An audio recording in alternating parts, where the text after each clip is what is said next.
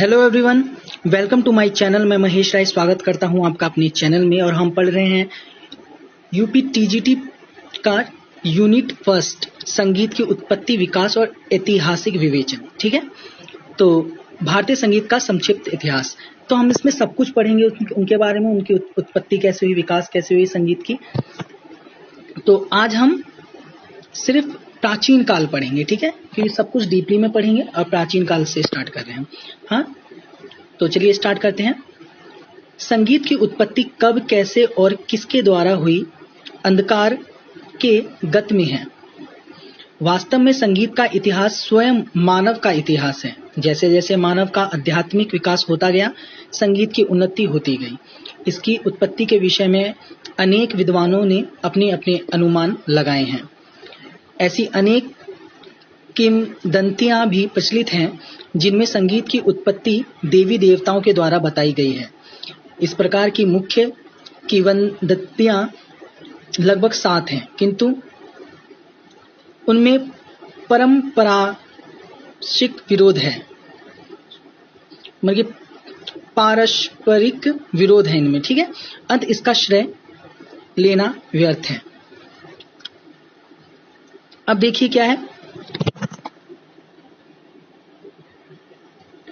संगीत का संपूर्ण इतिहास प्रागैतिक इतिहास काल से आज तक के समय को स्थूल रूप से मुख्य 3 भागों में विभाजित किया जा सकता है।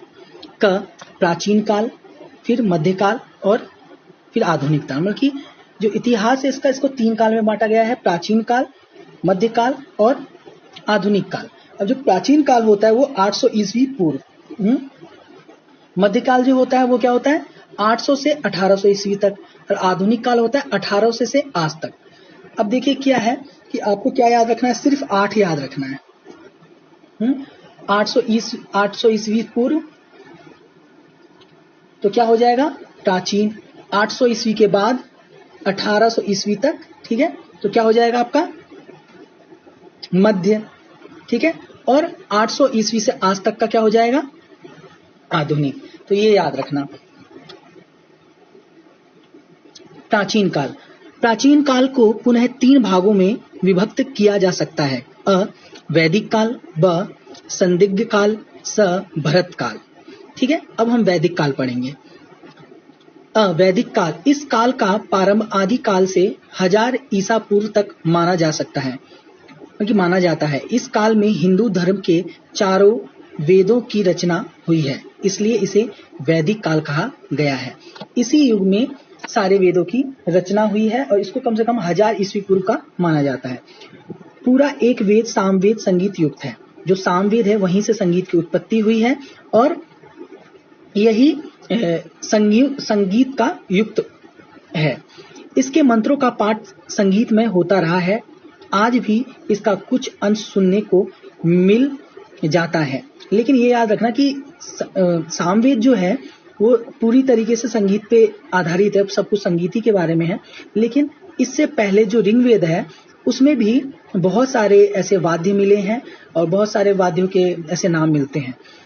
ठीक है, आगे चलते हैं हम। आज भी इसका कुछ अंश सुनने को मिल जाता है। साम गायन में 3 स्वर उपयोग किए जाते हैं। अब यहाँ पे सामवेद की बात हो रही है, यहाँ पे के साम गायन में 3 स्वर का उपयोग किया जाता है, प्रयोग किया जाता है। कौन कौन से देखिए, जिनका नाम है स्वरित, उदांत, अनुदांत। ठीक है, 3 स्वरों का प्रयोग किया जाता है, स्वरित, उदांत और अनुदांत। उदांत मीन्स होता है ऊंचा और अनुदांत मीन्स होता है नीचा। ठीक है, उदांत का अर्थ ऊंचा और अनुदांत का अर्थ होता है नीचा, किंतु स्वरित के अर्थ में मतभेद रहा है। कहीं इसे उदांत से ऊंचा और कहीं अनुदांत से नीचे का स्वर माना गया है। इसका अर्थ जो भी माना गया हो, किंतु उस समय स्वरों की संख्या 3 होने के विषय में कोई मतभेद नहीं है। मतलब कि उस समय 3 स्वर है, इसके पीछे कोई मतभेद नहीं है। उदांत को गंधार, अनुदांत को ऋषभ और स्वरित को षडज माना गया।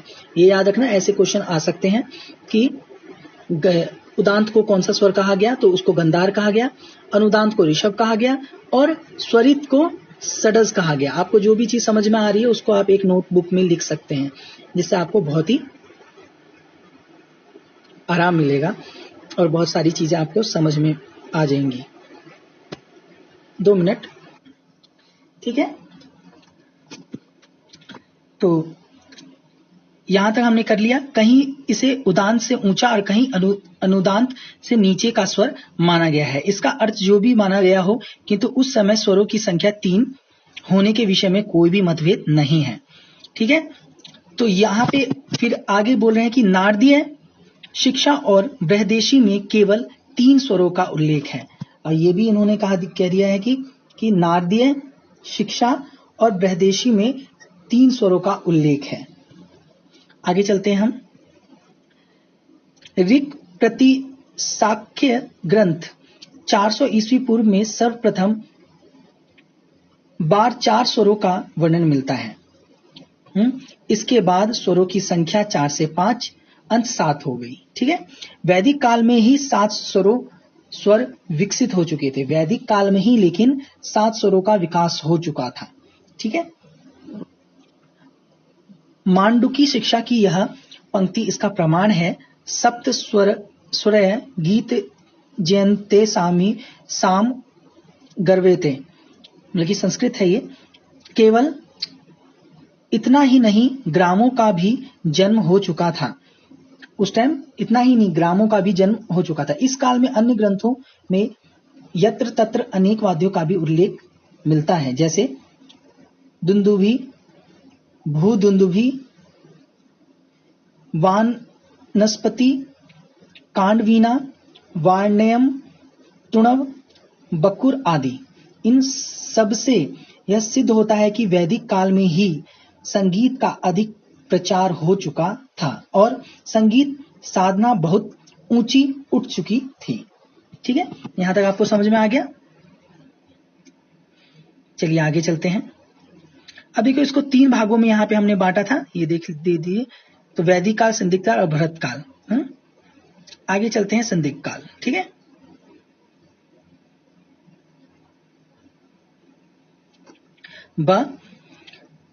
संदिग्ध काल, इस काल की अवधि 1000 ईस्वी पूर्व से 1 ईस्वी तक है, ठीक है। ऐसे ही पूछा जा सकता है कि संदिग्ध काल कब स्टार्ट हुआ, तो 1000 ईस्वी से 1 ईस्वी तक, ठीक है। 1000 ईस्वी पूर्व से 1 ईस्वी तक ये हुआ है, ये याद रखना, ये काल रहा है। संगीत की दृष्टि से इसे संदिग्ध काल इसलिए कहा गया कि उस समय का कोई भी ग्रंथ ऐसा नहीं है, 2 मिनट, उस समय का कोई भी ग्रंथ ऐसा नहीं है जिससे उस समय के संगीत का थोड़ा बहुत आभास मिल सके। केवल उस काल के कुछ उपनिषद मिलते हैं जिसमें संगीत के विषय में थोड़ी सी सामग्री प्राप्त होती है, ठीक है। छंदोग्य और बृहदारण्यक उपनिषद में साम गायन का उल्लेख मिलता है। ये दोनों आप लिख लेना, ताकि आपको पता रहे कि कौन से उपनिषद में मिला है संगीत की, मतलब कि संगीत की चीजें मिली हैं, तो आप ऐसे लिख सकते हो, ठीक है। तो ये 2 नाम हैं, 2 उपनिषद है। तथा अनेक संगीत वाद्यों के नाम भी मिलते हैं और संगीत वाद्यों सबसे ज्यादा वाद्यों के ही नाम आपको मिलेंगे, ठीक है। इन सब में यही ज्यादा पूछा जाता है। जब भी फर्स्ट यूनिट जो है उसमें सबसे ज्यादा यही पूछा जाएगा कि प्राचीन काल में कौन से वाद्य मिले, उस टाइम कौन कौन से वाद्य होते, तो वाद्यों को लेके ज्यादा क्वेश्चन पूछा जाता है, ठीक है। और उन सब की संख्या पूछ ली जाती है। आगे हम चलते हैं। तथा अनेक संगीत वाद्यों के नाम भी मिलते हैं। महाभारत में सप्त स्वर और गंधार ग्राम का उल्लेख मिलता है। अब महाभारत में भी क्या है, 7 स्वरों का उल्लेख मिलता है और गंधार ग्राम का भी उल्लेख मिलता है। ऋक् प्रति संख्या में सर्वप्रथम बार संगीत शास्त्र का नियमित रूप मिलता है। 6 स्थानों और सप्त सुरों आदि का वर्णन मिलता है। रामायण में भिन्न प्रकार के वाद्यों तथा संगीत की उपमाओं का उल्लेख मिलता है। इससे यह सिद्ध होता है कि उस समय तक संगीत का प्रचार बराबर चलता रहा, ठीक है। आगे चलते हैं भरत काल। अब भरत काल हम पढ़ रहे हैं।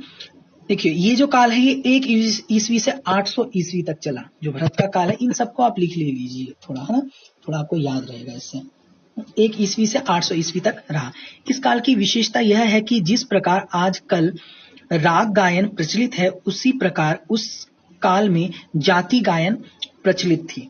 तो जैसे आज के टाइम में राग गायन प्रचलित है तो भरत के काल में कौन सी गायन प्रचलित थी? तो जाति गायन प्रचलित थी।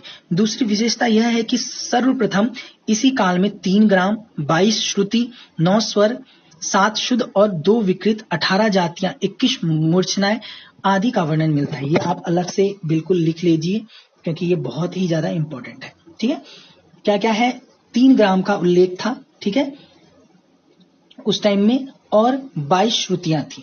3 ग्राम का उल्लेख तो था लेकिन जो भरत ने किया था वो सिर्फ 2 ही ग्राम माने थे उन्होंने, षडस ग्राम और मध्यम ग्राम, है ना। गंधर्व ग्राम के बारे में उन्होंने नहीं लिखा, लेकिन उस टाइम जो था 3 ग्राम थे, 22 श्रुतियां, 9 स्वर, 9 स्वर में 2 विकृत स्वर थे, ठीक है, 7 शुद्ध स्वर थे। एक अंतरगंधार और काकली निषाद, ये 2 विकृत स्वर थे। 18 जातियां थी, याद रखना, और 21 मूर्छनाएं थी आदि का वर्णन मिलता है। और 21 मूर्छनाएं थी, 3 ग्राम से 21 मूर्छनाएं निकली थी, 7-7-7 करके, ठीक है, ये याद रखना। ये ज्यादा इंपॉर्टेंट था इसलिए मैंने थोड़ा सा एक्सप्लेन अलग से कर दिया। अब देखिए क्या है, भरतकृत नाट्य शास्त्र।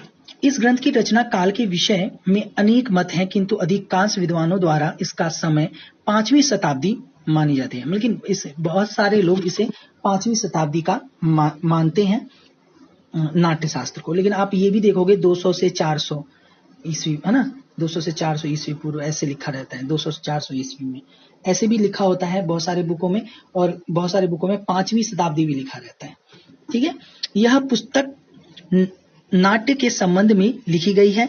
नाट्य से ही पता चला है, नाट्य शास्त्र से ही पता चला है कि नाट्य के विषय में से संबंधित है, किंतु इसके 6 अध्यायों में संगीत संबंधी विषयों पर प्रकाश डाला गया है। लेकिन इनके 6 जो अध्याय हैं उसमें संगीत के बारे में विस्तार पूर्वक बताया गया है।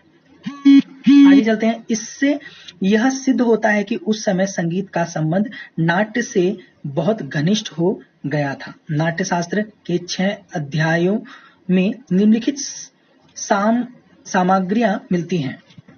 अब देखो कौन कौन सी सामग्रियां मिलती हैं नाट्य शास्त्र में। क, भरत ने केवल मध्यम और षडस ग्राम का उल्लेख किया है। ये मैंने अभी बताया आपको कि जो भरत जी थे उन्होंने सिर्फ, और भरत मुनि जो थे उन्होंने सिर्फ षडस ग्राम और मध्यम ग्राम माना। ठीक है, मध्यम और षडस ग्राम 2 ही माना। गंधार ग्राम को वो पूर्णतः छोड़ दिया उन्होंने। ठीक है, ठीक है, गंधार ग्राम के बारे में उन्होंने कुछ भी ही बोला ही नहीं है। ठीक है, आगे चलते हैं। ख, षडस ग्राम की 7 और मध्यम ग्राम की 11 जातियां अर्थात कुल 18 जातियां मानी गई हैं। अब जो जातियां मानी गई हैं उसमें से षडस ग्राम में की उन्होंने 7 मानी और मध्यम ग्राम की 11 जातियां मानी। दोनों को हमने प्लस किया, 11 + 7 तो 18 जातियां होगी। पुनः 2 भागों में विभाजित कर किया गया, शुद्ध और विकृत। शुद्ध जातियां 7 और विकृत 11। ठीक है, इनमें षडस और मध्यम दोनों ग्रामों की शुद्ध और विकृत जातियां मिली हुई है। ठीक है, ये समझ में आ गया। अब ये सारी चीजें आप अलग से लिखते रहिए वरना आप नहीं समझ पाओगे।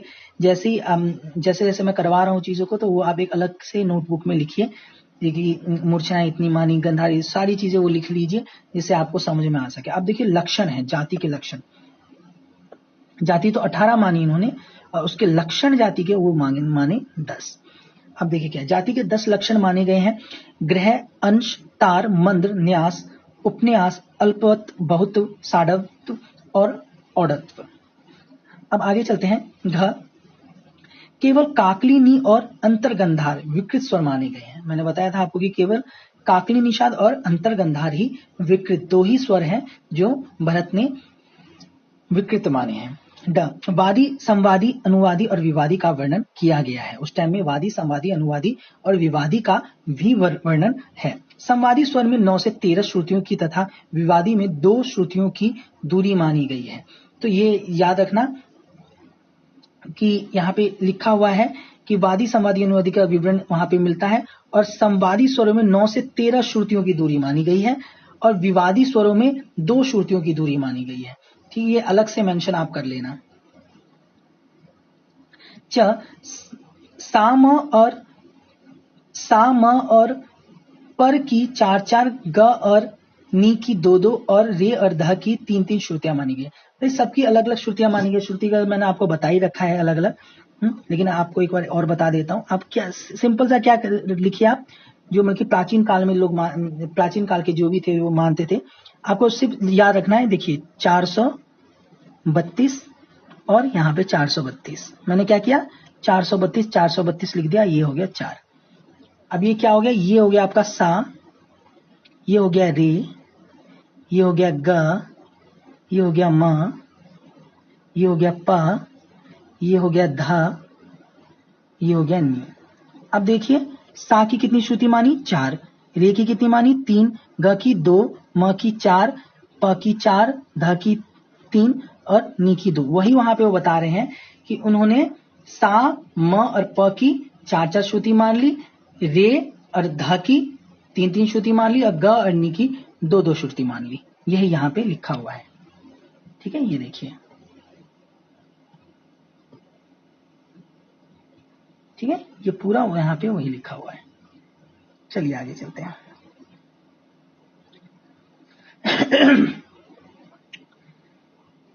दंतिलकृत दंतिल्म, इस ग्रंथ को भी लगभग 5वीं शताब्दी के आसपास का माना जाता है। इस ग्रंथ को भी उसी शताब्दी का माना जाता है, आसपास माना जाता है, उसके बाद ही लिखा गया है, उससे पहले नहीं लिखा गया नाट्यशास्त्र। ठीक है, का बृहत्कृत नाट्यशास्त्र के विपरीत इसमें गंधार ग्राम का उल्लेख है। ठीक है, इन्होंने इसमें जो है गंधार ग्राम का भी उल्लेख किया है दंतिल ने। इस ग्रंथ में विवादी स्वरों की दूरी केवल 2 श्रुति मानी गई है, किंतु संवादी स्वरों की दूरी भरत के ही समान है। मतलब कि इसमें भी मतलब कि दोनों की चीजें सेम ही है। ख की ये विवादी स्वरों की दूरी जो है वो 2 श्रुति है, उन्होंने भी 2 विवादी स्वरों की मानी है, और संवादी स्वर है उसमें 9 से 13 की दूरी है, तो वो भी समान है। इसमें भरत की तरह ही 18 जातियां मानी गई हैं। ठीक है, बस इसमें एक चीज है कि इन्होंने एक गंधार ग्राम को इसमें उल्लेख किया है। ठीक है, याद रखना। आगे चलते हैं, हम थोड़ा मतंग जी को पढ़ते हैं। मतंग मुनि कृत बृहदेशी, मतंग मुनि के द्वारा बृहदेशी लिखा गया है, और इसके बारे में तो सिलेबस में अलग से भी आपको पढ़ना है। आप जब यूनिट 8 में जाओगे तो उसमें आपको अलग से पढ़ना पड़ेगा। यहाँ पे हम देखते हैं इस ग्रंथ के समय के विषय में अनेक मत है।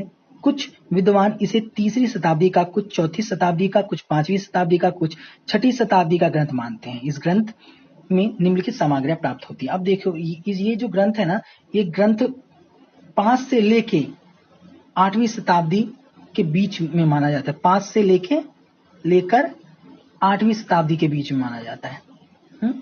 अब यहाँ भी देख लिया, आप देखेंगे किसी बुक में, देखो यहाँ भी लिखा हुआ है कि 5वीं शताब्दी, 6ठी शताब्दी, 4थी शताब्दी, 3री शताब्दी। हाँ, तो इस तरीके से तो ये ज्यादातर जो माना जाता है 5वीं शताब्दी से लेकर 8वीं शताब्दी के बीच में माना जाता है।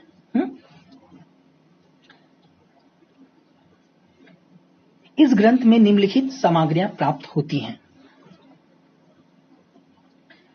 का संगीत के इतिहास में सर्वप्रथम इसी ग्रंथ में राग शब्द का स्थापित किया गया है। संगीत में सबसे पहले जो राग शब्द मिला है वो बृहदेशी में ही मिला है, ये भी याद आपको रखना है। और आज राग का कितना महत्व है किसी से छिपा नहीं है। ख, इनमें ग्राम और मूर्छना का विस्तृत वर्णन है, किंतु गंधार ग्राम का उल्लेख मात्र किया गया है। इसमें जो है ग्राम और मूर्छना का इन्होंने वर्णन बहुत ज्यादा किया है, किंतु गंधार ग्राम का सिर्फ उल्लेख करके बस छोड़ दिया है। तीसरा पढ़ रहे हैं हम ग, इनमें साम गायन के प्रारंभिक 3 स्वरों का वर्णन मिलता है। इसमें भी साम गायन के 3 स्वरों का उल्लेख मिलता है। घ, इसमें भी दंतिल के समान संवादी स्वरों की दूरी 9 अथवा 13 की तथा विवादी स्वरों की 20 मानी गई है। ठीक है, 20 श्रुतियां मानी गई हैं। आगे चलते हैं। इस पुस्तक में वर्णित जाति के 10 लक्षण भरतकृत नाट्यशास्त्र के ही तरह हैं। ठीक है, मतलब कि इसमें भी 10 लक्षण बताए गए हैं जाति के। 6 जाति के 7 प्रकारों में राग जाति भरत के समान माने गए। ठीक है,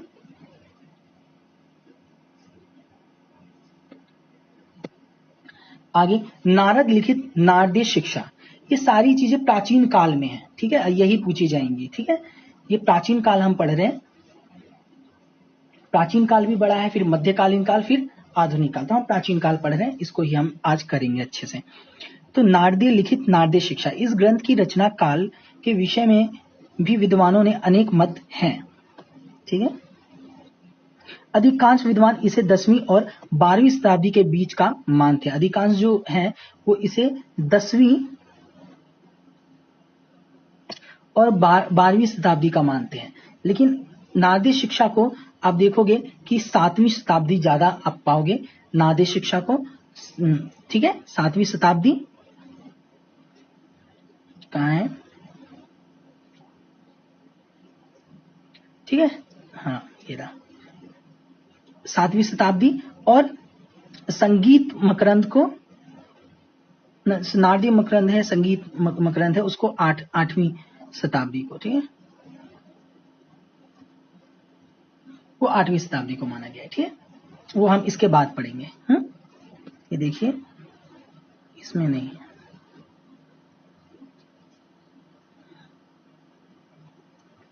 देखिए, अब ये लिखा गया नारद लिखित नारदीय शिक्षा। इस ग्रंथ की रचना के विषय में भी विद्वानों के अनेक मत है। अधिकांश विद्वान इसे 10वीं और 12वीं शताब्दी के बीच का मानते हैं। इसमें सामवेदीय स्वरों और 7 ग्राम रागों जैसे साडर, मध्यम, षडज, सधारिता आदि का विशेष उल्लेख है। यह ध्यान रहे कि यह नारद ब्रह्मा के पुत्र पौराणिक नारद नहीं है। मतलब कि ये जो नारद जो ये है, ये ब्रह्मा के पुत्र वाले नारद नहीं है, मुनि है ये। ठीक है,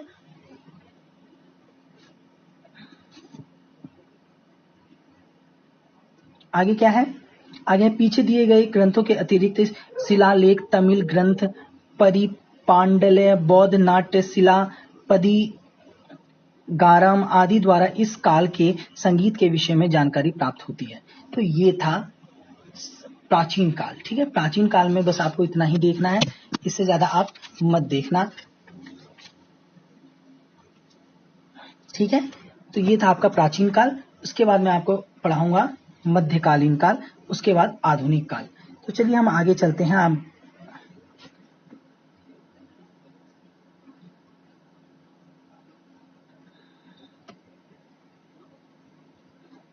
तो आज हम इतना ही करते हैं, फिर उसके बाद हम करेंगे मध्यकाल। ठीक है, तो आज के लिए इतना ही। तो मुझे उम्मीद है आप सबको अच्छा लग रहा है तो चैनल को सब्सक्राइब कीजिए, लाइक कीजिए, बेल आइकन को प्रेस कीजिए। कोई भी प्रश्न हो कमेंट करके आप पूछ सकते हैं। बाकी डिस्क्रिप्शन में मैंने टेलीग्राम का लिंक दे रखा है, ऑल म्यूजिक एग्जाम के नाम से टेलीग्राम है, डायरेक्ट आप वहां से ज्वाइन हो सकते हैं। तो ये तो मैंने आपको प्राचीन काल करवा दिया, बाकी इसके बाद मैं मध्यकालीन काल करवाऊंगा। ठीक है, तो आज के लिए इतना ही। जय हिंद, जय भारत।